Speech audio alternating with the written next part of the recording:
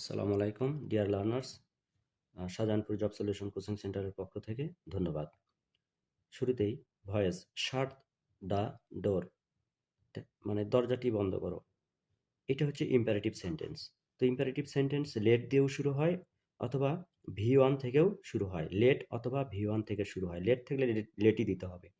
আর V one থেকে শুরু হলে অবশ্যই লেট আনতে হবে। তাহলে শাট দ্য ডোর, তাহলে আমরা শুরুতেই নিয়ে আসবো হচ্ছে লেট। আনার পরে এই যে অবজেক্ট আছে, এই অবজেক্টটা নিয়ে আসবো, লেট দ্য ডোর।